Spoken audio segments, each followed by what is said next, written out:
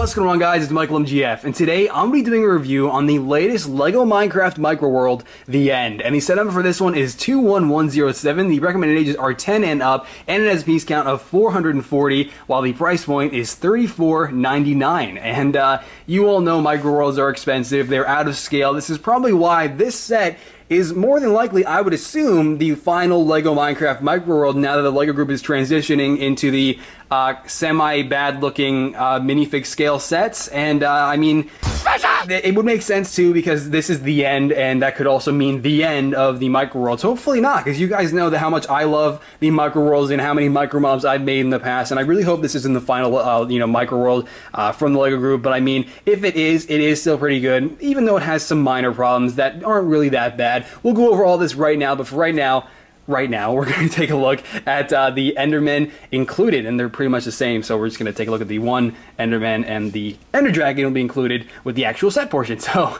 here we go. The End Micro World is officially the first Micro World to have 4 mobs included, all of which are the exact same. You get 4 Endermen with this set, and they are honestly really great. They're pretty simple. All the LEGO Group did was just print on the eyes, which is perfectly fine. That's all I did with my Enderman minifigure, and my Enderman Micro Mob way back in the beginning of 2013 was very similar to this. It was a little bit different, and honestly, I think that this design is great. I think it's a perfect design. It's exactly what I would expect from the LEGO Group, but small problem. I don't think the eyes should have been printed on the bottom half of the 1x1 plate used here. They should have been printed on the top. If these eyes were elevated to the top of this plate here, I think that would have made all the better for this Micro Mob, and it's a slight problem. It's overlookable. You'll forget about it later, but I mean, it's just something that I think would have made the Enderman perfect. And obviously these little eyes, you might notice they're not exactly perfect either. But that's honestly, it's a problem with all of the Endermen. They're not each one of them. You'll notice one will be really messed up, and then one will be perfect. So the Enderman's eyes are printed kind of inconsistently. That's really something the LEGO Group isn't actually in control of.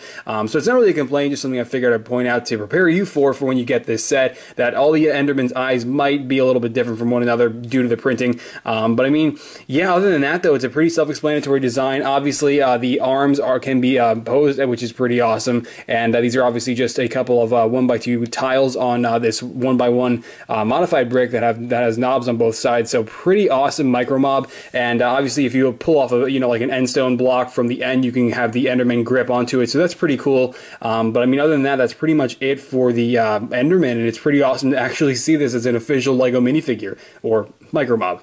Alright, and now that we have the actual Enderman Micro Mob out of the way, we can go ahead and move on to the End itself. And to be completely honest, I am really fond of the actual End build itself. I think the terrain looks great, the way the blocks are generated in this build, it looks great. It's a nice addition to the Micro World series, and obviously, like all Micro Worlds, this is interchangeable. You can pull this apart in 4 sections. I'll get to that a little bit later, but for right now, I want to go over the Obsidian Towers to start. And the Obsidian Towers are obviously in the game are much taller than an Enderman, and this is one of the many problems that that Micro Worlds present in terms of scale. And I assume this is one of the many reasons that led the LEGO Group to believe that maybe minifig scale will work a little bit better, because the scaling of Micro Worlds just isn't there. An Enderman is nowhere near the size of an Obsidian Tower with the the Ender crystals on top of them. So I can obviously understand why this had to be. There's really no way the LEGO Group could have been, they could have gone around this. So I totally understand why the Obsidian Towers are obviously just almost the same size as an Enderman. So I mean, it's kind of unfortunate, and it's just one of the many scaling issues that these Micro Worlds present. And obviously on the top you do have a couple of circular, or not a couple, but you actually have about 5, I can't count, you have 6 of the circular purple tiles on the top there to represent the actual Ender crystals that the Ender Dragon uses to obviously regenerate itself. We've all played in the End before, but yeah, man. And if we go ahead and actually get a look at the Ender Dragon and stop ignoring him, I want to talk about this design a little bit more in depth here, because we have the Ender Dragon. We finally have a actual micro version of the Ender Dragon, and it finally happened, and this is it. Now, I think it's great. I think it is, but there are a couple problems that it does present. So if we go ahead and say I look at an actual Ender Dragon here, it's just, there's a couple little design problems that I want to point out, and that is the fact that if you look at the tail is just square with scales on it. it doesn't look like that. I think that's a bit of a problem. And then you also have the head, and you'll notice there that the head obviously has a couple little gray ears, and unfortunately you have a black cheese slope because apparently, according to the LEGO Group, that looks like a couple little gray ears. I don't know what's going on there, but I mean, it's still, other than those two things, I think it's a great design, and I guess you can consider this a bit of a problem. You have actual Enderman eyes for the Ender Dragon. It's literally just the same piece of, it's just literally just an Ender Dragon tile used for the Ender Dragon, so literally, or an Enderman tile used for the Ender Dragon, and the problem with that is the Ender Dragon's eyes are not the same as an Enderman, and that's a little bit of a, I kind of think it's a little bit lazy. If the LEGO Group actually printed, you know, the Ender Dragon's own unique eyes, it would have looked a little bit better, and I mean, that's a little bit of a minor problem. It still looks okay once you finish building it, but yeah, so you'll notice that the Ender Dragon, it does actually have some points of articulation. You can decapitate it, of course, while also bending the wings here, and the wings are obviously, we've seen these pieces before, but they're definitely used quite nicely here, and clearly you can rotate the wings because they're just basic hook, you know, clip pieces attached to its main body. You have a couple more cheese slopes for you know, the scales on its back, along with the head, which can be bent up and down, and obviously rotated a full 360 degrees if you wanted to for whatever reason. And obviously these little clear pieces want their own attention because they're just begging for me to show them because they just fell off the Ender Dragon there. But you can see that we do get these clear pieces attached to the Ender Dragon to obviously make him look like he's flying, so it's just a couple little clear cylinders along with a clear rod attached to that. So pretty awesome stuff. I like the design of it. Like I mentioned, just those two problems that are presented with the design that are the only thing that actually bother me, and then you have a little available stud right here on the Micro World to attach the Ender Dragon to, so it's really awesome. And there's the Ender Dragon for the actual end dimension. And so like I mentioned earlier in this review, we do have these actual Micro World feature which makes all four of these sections attachable. But before I go over that, actually, you do get the end portal, which is there, obviously, that spawns after you defeat the Ender Dragon, so that's pretty awesome. So it's just really just a bunch of 1x1 tiles with a couple 1x1 bricks, but it's still there and definitely pretty cool to have, you know, incorporated into the build. But yeah, so now we can get into the actual Micro World feature, and I guess we'll take this 1x2 brick, which isn't actually included with the set, and try to stand the Ender Dragon up here so I can just, you know, put him off to the side without him being a problem, and there we go. So yeah, now we can get into this actual Micro World feature that all the Micro Worlds have, and and basically, you can go ahead and remove the top halves of each of these sections, and this is a feature that has been present in all the Micro Worlds, and obviously has been carried over to this. I'm realizing that none of this is actually in the frame, so I guess we'll scooch everything back a little bit here. But yeah, so then once you have all of the top halves removed, I mean, you don't obviously have to remove the top halves, but it's a little bit easier, especially when I'm recording this review. And these are all the studs that the actual you know, top halves are attached to, and then you can go ahead and remove these, and then change them out with whatever Micro World you have. If you have the Nether or any of the other two Micro Worlds, the Village, the Forest, you can swap out whichever sections you want, and I think that's really awesome. And it's been a great feature to have with the end, or just with the Minecraft Micro World series in general, and then the end is a great addition to it. So it's the same exact feature using the exact same pieces. It's still really awesome to see again in what I would assume is the final Micro World. But yeah, guys, so that's pretty much it for the end Micro World. I'm going to give you a quick look at what this looks like attached to the Forest.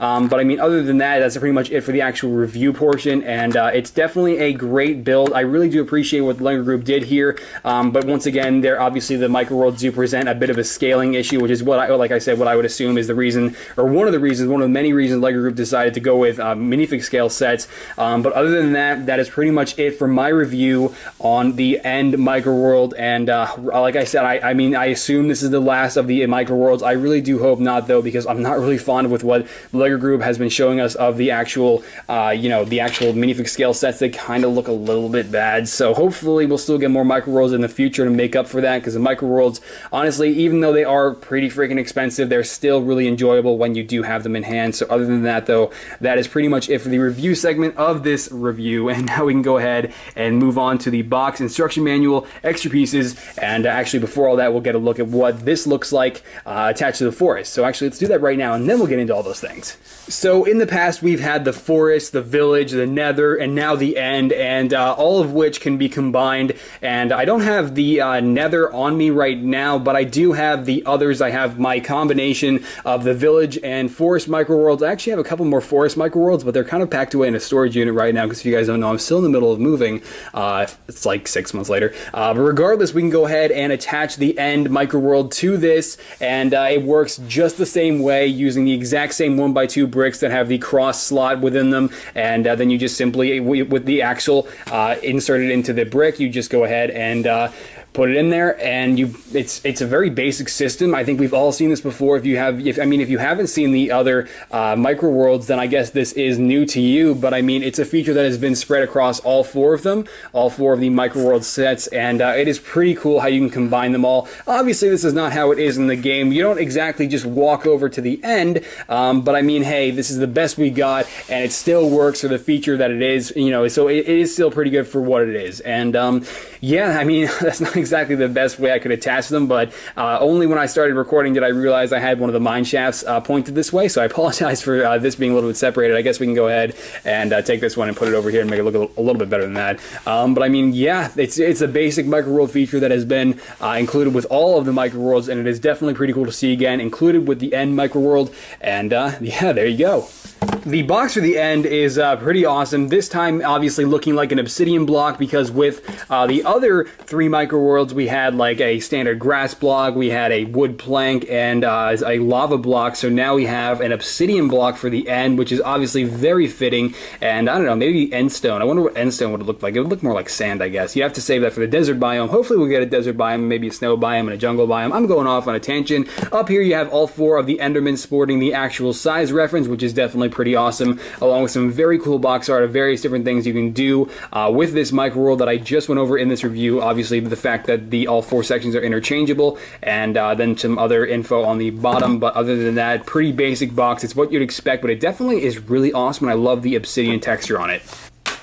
The instruction manuals for the end micro world are pretty basic. You get two instruction manuals for micro worlds because it just adds a little bit of separation for the build, because it could get a little bit confusing, so I understand that. But if we go ahead and open up the first one, you can see we have a really awesome graphic for what the micro worlds can look like if you collect them all and put them all together, and that is really awesome. And obviously you can tell I attempted to do that over there, but then quickly lost interest because these things are $34.95 each, and that is not cool. But I mean, as you can see, we do have a description in multiple different languages for Minecraft, because apparently there still exist human beings that don't know what Minecraft is. But then this is just a basic 31-page build, and for the first two sections, which does include the Ender Dragon, and then the second book is actually a 20-page build, and on the back of it we have the advertisements for the other three micro worlds, this one being the forest, obviously, and then we have the village along with the nether on the very back. And just in case you don't believe me, for whatever reason, this is a 20-page build right there. And yeah, instruction manuals for the end micro world, and pretty classic and definitely pretty awesome,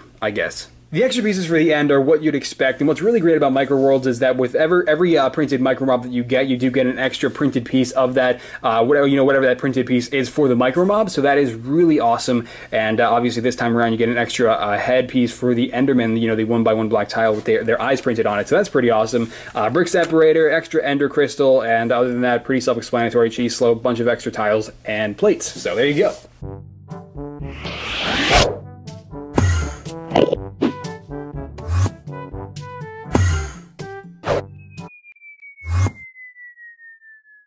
Alright guys, and that's it. My review on what is hopefully not the last of the LEGO Minecraft Micro Worlds, because honestly, based on what we've seen of the minifig scale sets, while I was really looking forward to those sets, I can't really say I am anymore, and I'm honestly going back and forth with myself if I'm going to even review them, because while I really appreciate the attempt by the LEGO Group, and I really do appreciate Mojang really showing the initiative to also participate in helping them design these sets, helping LEGO Group design the sets, they kind of just look like a trip to the LEGO store gone wrong, as if you went to the pick-a-brick wall and then threw a bunch of bricks together and you ended up with that.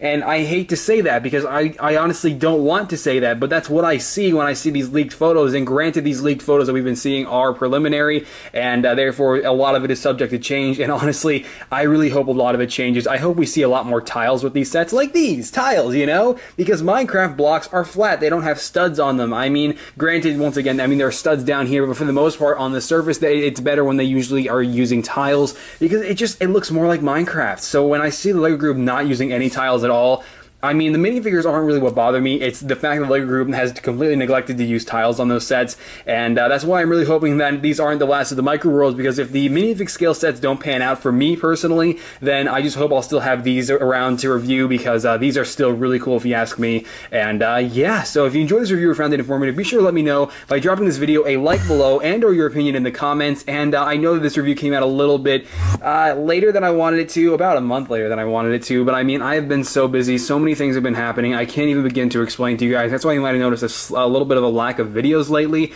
and I'm not proud of it. I'm going to try to speed up as much as I can, even though I have Brick Fair in a month that I'm getting ready for, working a lot on my Guardians of the Galaxy minifigures, which I want to have done before then, plus a bunch of other stuff. But yeah, you can also follow me on the Twitter and the book face, which I really recommend when I'm going through times like this where I can't post as much as I want to. So I definitely recommend you check those out in the links below, because I post on there usually daily, so it is definitely a pretty awesome thing, man. But other than that, that is it for this review, and I will catch you later. Alright.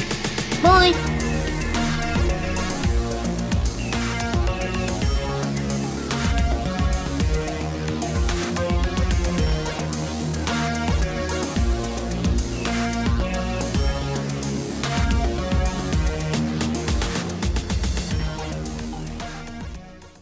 Hey guys, what's going on here? It's Michael MGF here to do another LEGO Minecraft review, this time on the brand new The End Microworld set. Now this set is... Wait, what the hell is going on here? I'm still hijacking your channel. The microworlds look so great in LEGO's product photos, and then they start to collect dust. 07, the recommended ages are 10 and up. Damn it. I'm used to saying like 10 through something, but this time it's just what are they doing? 10 plus. LEGO, you're messing with my brain. So a 90-year-old could build this one. Yeah, man. The very first microworld to feature multiple of the same mob. Actually, no, they had 2 ghasts in the nether, didn't they? Damn it. Review because you guys, like I said in the beginning of this video, I still... And my sister's home. Never mind. Hi, guys. Bump the camera immediately. Not looking for... The extra pieces for